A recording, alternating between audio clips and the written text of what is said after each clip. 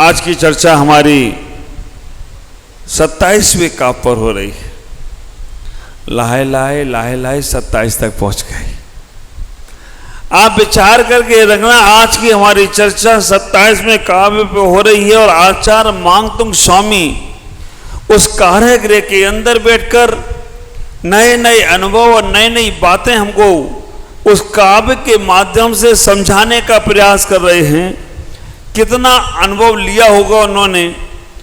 राजा भोज, कवि कालिदास, जिन्होंने सोचा कि आज नहीं तो कल, कल नहीं तो परसों ये मानतुंग आचार्य हमारे पास झुकेगा, लेकिन दिगंबर संत झुकते नहीं हैं। लोग उनके पास झुकने चले जाएं तो कोई आश्चर्य की बात नहीं है।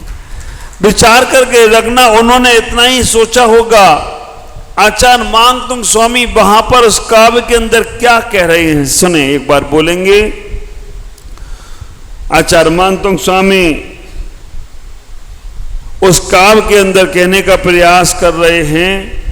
को विस्मयोत यदि नाम गुणे रसेसे, को विस्मयोत यदि नाम गुणे रसेसु, तुम संसतो निर्विकास तया मुनीसो, तुम संसृतो निर्विकासितया मुनीसु, दोषे रूपात विविधा से जात गर्वे, दोषे रूपाति विविधाश्रे जाति गर्वे, स्वप्नांतरेप न कदाचित दीप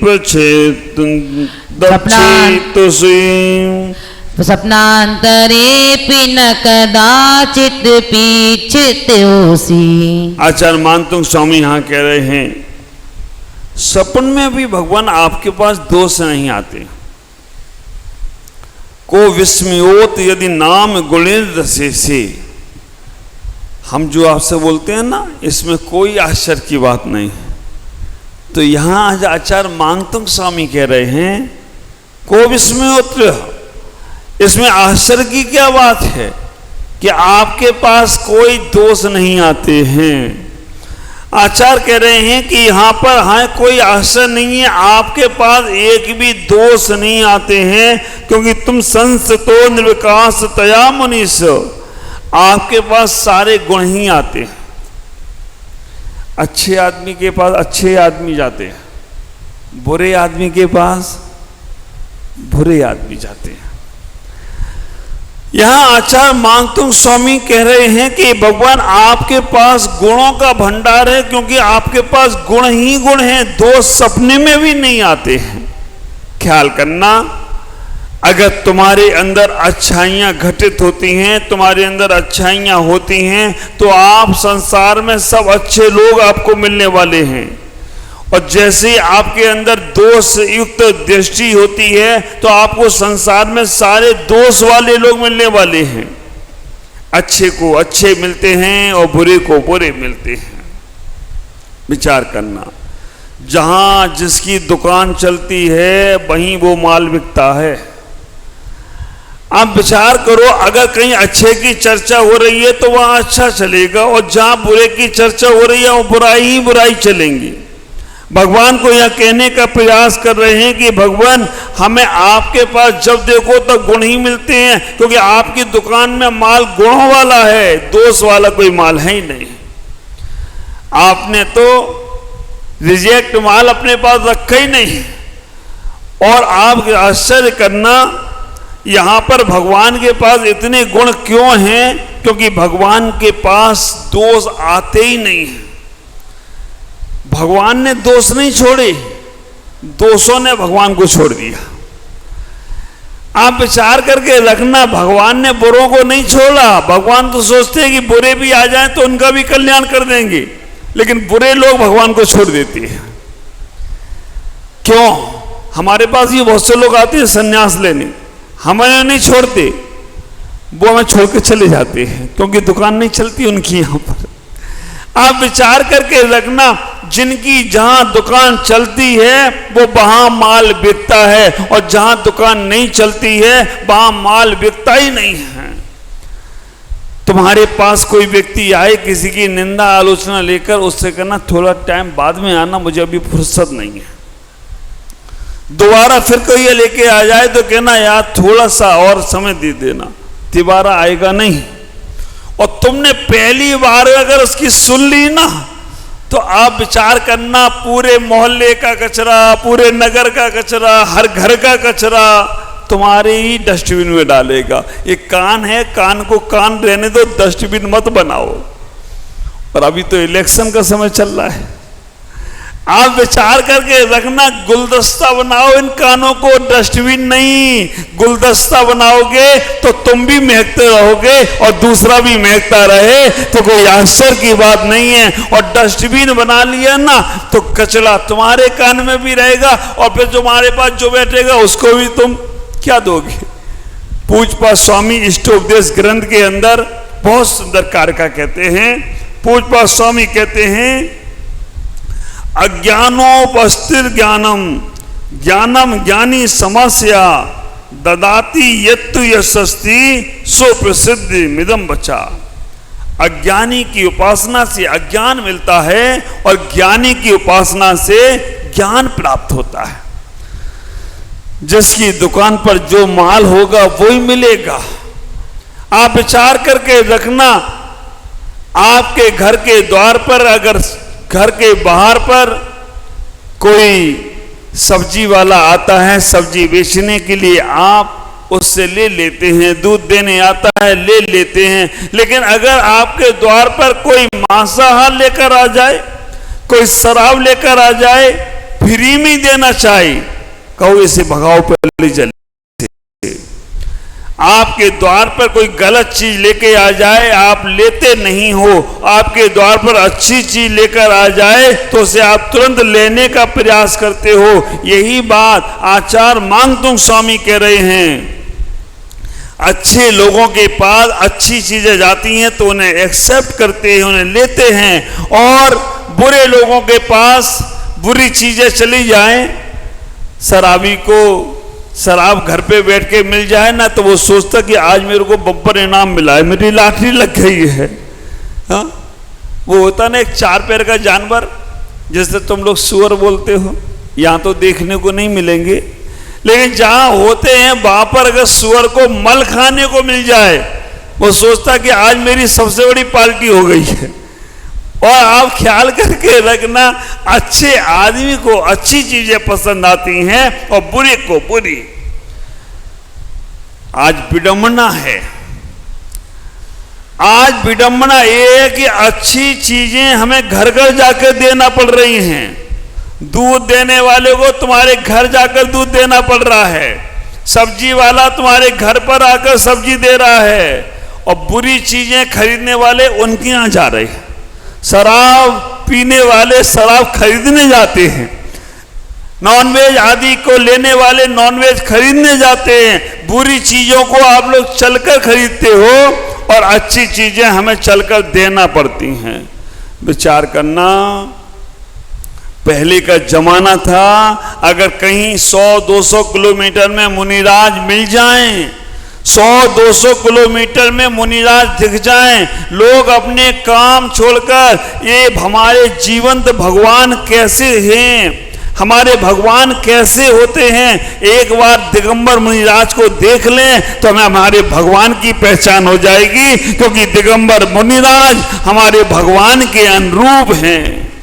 पंडित बनारसी दास, पंडित दौलत राम जी, भूधर दास जी कहते हैं कि वो लोग कमरे में नग्न होकर दर्पण के सामने बैठकर महसूस करते थे कि मुनिराज ऐसे ही होते हैं। तुम दीमापुर वालों का भाग देखो, कितने सालों बाद तुम्हें दिगंबर मुनि के दर्शन यहाँ हो रहे हैं, कितने वर्षों बाद।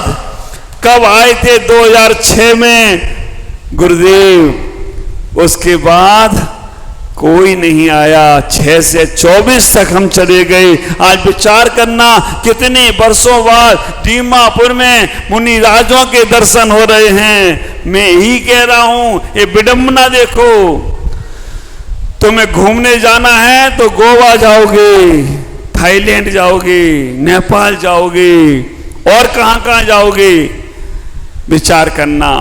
हमें बाहर घूमने जाना है तो बाहर जाने का प्रयास करते हैं, लेकिन तुम्हारे को गुरु दर्शन देने तुम्हारे द्वार पर आते हैं और फिर भी तुम ना लाभ ले पाओ तो तुमसे ज्यादा दुर्भाग्यशाली और कोई नहीं होगा।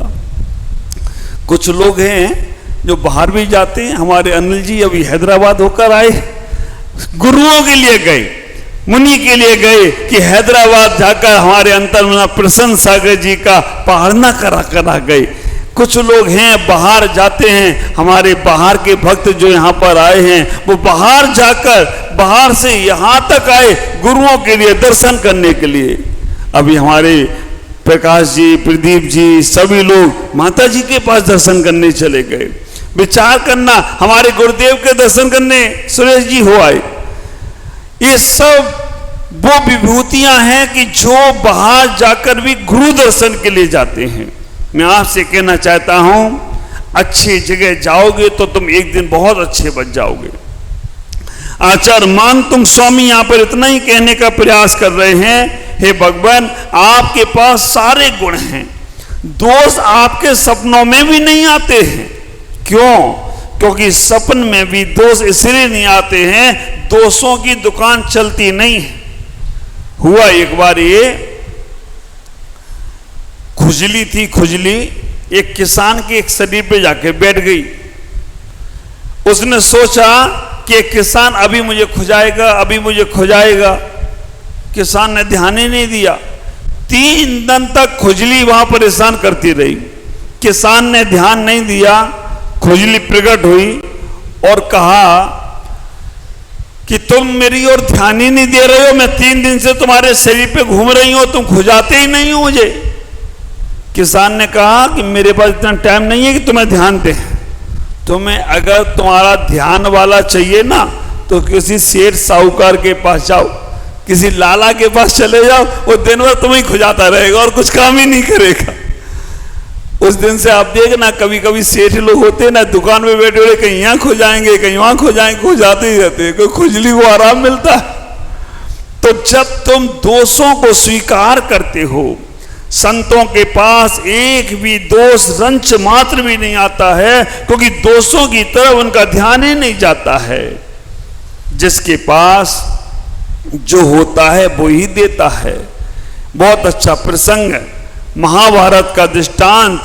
महाभारत में जब गुरु द्रोणाचार्य ने अपने शिष्यों को पढ़ा दिया, शिष्यों से कहा जाओ अब तुम्हें जाना है तो, लेकिन एक आखिरी परीक्षा शेष है, एक परीक्षा शेष है। उन्होंने की गुरुजी वो भी ले लो।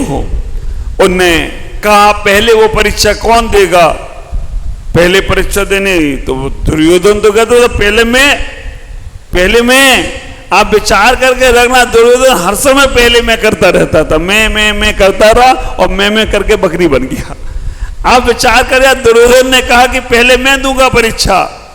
कहा गुरु द्रोणाचार्य ने जाओ फलाने फलाने गांव में जाओ, धीमापुर चले जाओ। धीमापुर में जाना, कालीबाड़ी के बगल में जैन मंदिर है, वहां के आसपास जो लोग रहते हैं उनमें से एक अच्छा आदमी ढूंढ कर ले आओ। आप विचार करके रखना, दुर्योधन को भेज दिया कि जाओ दीमापुर, कालीबाड़ी रोड है, जहां रोड में गड्ढे ही गड्ढे हैं, रोड है ही नहीं। उसके बगल में महावीर भवन है, महावीर मंदिर है, वहां पर बहुत अच्छी सड़क है और वहां पर जो लोग रहते हैं उनमें से एक आदमी तुम अच्छा ढूंढ के ले आओ। वो आया, दुर्योधन आया और आने के बाद उसने पूरा दीमापुर पहले से ढूंढा। जैसे तैसे उसे कालीबाड़ी रोड मिली। कालीबाड़ी रोड लिखा नहीं था वहां, उसने गड्ढे से समझ लिया कि यही रोड वही वाली होगी। आप विचार करके रखना, वहां लिखा नहीं था कि कालीबाड़ी, वो सोच लिया गड्ढे वाली रोड है तो यही वही होगी। बगल में देखा तो महावीर भवन था, महावीर भवन के मंदिर के पास आया। हर जगह उसने ढूंढा कि मिल जाए एक अच्छा आदमी, एक भी नहीं मिला। इतने बेकार आदमी, पूछते ही नहीं हैं, सब अपने में ही लगे हैं, ऐसा वैसा। गया, गुरु द्रोणाचार्य ने पूछा क्यों भाई क्या हुआ? एक भी अच्छा आदमी नहीं मिला मुझे। आप विचार करना, सारे लोग अपने अपने में लगे, मेरे को पूछा ही नहीं है, ऐसा वैसा बहुत कुछ किया। कोई बात नहीं, गुरु द्रोणाचार्य ने उसी जगह पर दूसरे दिन युधिष्ठिर को पहुंचा दिया।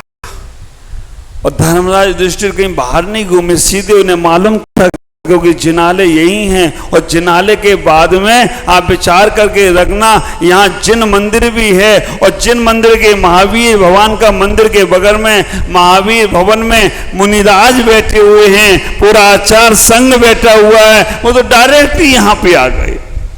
आकर उनसे युधिष्ठिर से कहा था, वहां जाकर देखना एक बुरा आदमी मिल जाए उसको ले आना। दुर्योधन को भेजा था कि अच्छा आदमी ढूंढ के लाना, और युधिष्ठिर को भेजा था कि भाई अब इससे तो अच्छा मिला नहीं, सारे ही बुरे थे, तो जाओ एक बुरे आदमी को खोज के ले आना। और जब धर्मराज युधिष्ठिर आए, उन्होंने कहा भगवान मैं संसार की सारी परीक्षाओं में पास हुआ, लेकिन इस परीक्षा में फेल हो गया। उन्हें क्यों? उन्हें वहां एक भी आदमी बुरा मिला ही नहीं। इतनी आओ भगत करने वाले लोग, इतनी सेवा करने वाले लोग, अपना सुख चैन छोड़कर वो भक्तों की, वो शिष्यों की, वो आने वाले यात्रियों की इतनी अच्छी सेवा करते हैं, तो हमें एक भी बुरा आदमी मिला ही नहीं। विचार करके रखना, अभी जितने हमारे यात्री यहाँ आ रहे हैं, शायद वो सब धर्मराज ही वंशज रहे होंगे, जिनने एक ने भी आके नहीं कहा कि महाराज यहाँ आने के बाद मुझे ऐसे 1% भी तकलीफ हुई। कहना ये मैं चाहता हूँ, जैसी तुम्हारी दृष्टि होगी वैसी तुम्हारी सृष्टि होगी। दृष्टि बदलो, सृष्टि बदल जाएगी। स्वयं सुधरो, दुनिया सुधर जाएगी। मानो या ना मानो इस हकीकत मित्रों, स्वयं झुको, दुनिया आपो आप झुक जाएगी। स्वयं झुको, दुनिया आपो आप। जीवन में विचार करना, अगर दोष का साथ दोगे, पापों का साथ दोगे, तो पाप तुम्हारे अंदर पनपेंगे, और गुणवान का साथ दोगे, अच्छे व्यक्ति का साथ दोगे, तो अच्छे गुण तुम्हारे अंदर आने लगेंगे। भगवान के पास एक भी दोष नहीं आया, क्योंकि उनकी दुकान चली नहीं, बोनी वट्टा ही नहीं हुआ। अब तुम्हारे द्वार पर लेके शराब का कटोरा लेके पीपा आ जाए, ले लो, तो वो तो कहेगा ये बनिया बेकार। आप विचार करना, पर्यूषण पर में हलवाई रोता है, पर्यूषण पर में वो महाराज है ना समोसे वाला, महाराज समोसे वाला कहता है ये पर्यूषण आते क्यों, बनिया आते नहीं, दिन में आते नहीं और रात को खाते नहीं, ऐसे तो बनिए। तो विचार करके रखना, जब तुम्हारा पर्यूषण चले तो इनकी दुकानें, सब्जी मंडी वालों की सब्जी बिकना बंद हो जाती है। वो कहते अच्छे इनके बनियों के पर्यूषण आए। विचार करो, जो माल तुम नहीं खरीदोगे तो वो बोनी बट्टा नहीं होगा, तो दोबारा लेकर नहीं आएगा। ऐसे ही कभी कोई दोष लेकर आए, कोई निंदा लेकर आए, कोई चुगली लेके आए, आप सुनना नहीं, तो आपके पास गुणों का भंडार होगा।